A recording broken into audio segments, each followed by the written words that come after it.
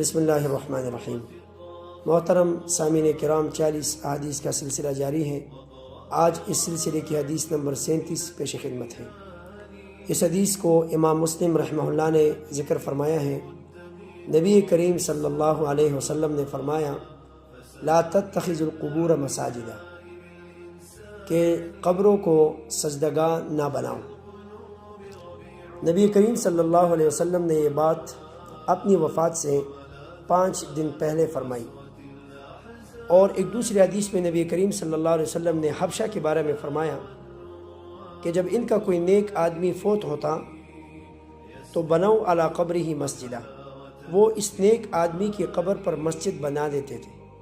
اور صوروا فیہ تلک الصورہ، اور یہ لوگ اس مسجد میں اسی نیک آدمی کی تصویر کو بنا دیتے تھے، اور ان کا مقصد تو یہ ہوتا کہ ہم اس تصویر کو دیکھیں گے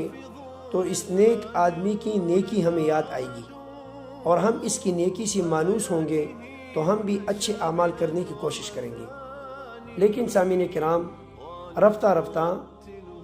یہ کام عبادت کی شکل اختیار کر گیا، اور بعد کے آنے والے لوگوں نے ان تصویروں کی عبادت شروع کر دی، تو یہی کام جو انہوں نے اچھی نیت سے کیا تھا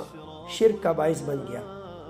اور پھر نبی کریم صلی اللہ علیہ وسلم نے فرمایا کہ یہی لوگ جو قبروں کو پوجتے ہیں، یہی لوگ شرار الخلق ہیں، اللہ تعالیٰ کی مخلوق میں سب سے بدترین مخلوق ہیں۔ اسی طرح نبی کریم صلی اللہ علیہ وسلم نے اپنی مرض الوفات میں فرمایا کہ یہود و نصارہ پر اللہ تعالیٰ کی لعنت ہو کہ انہوں نے اپنی انبیاء کی قبروں کو مسجد بنا لیا۔ مسجد بنانے کا مطلب یہ ہے،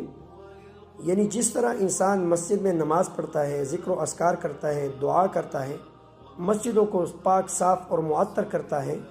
وہاں روشنی کا انتظام کرتا ہے،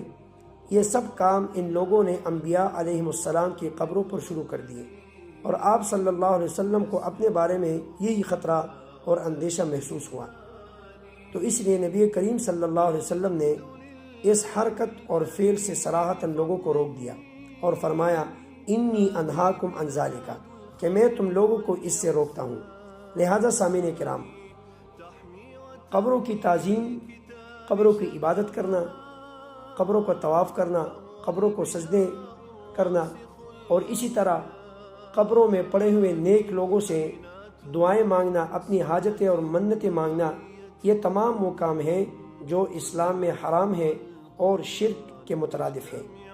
لہٰذا ہمیں چاہیے کہ ہم خود بھی اس گناہ سے بچیں اور امت مسلمہ کو اس سے بچنے کی دعوت دیں۔ اللہ تعالیٰ عمل کرنے کی توفیق عطا فرمائے۔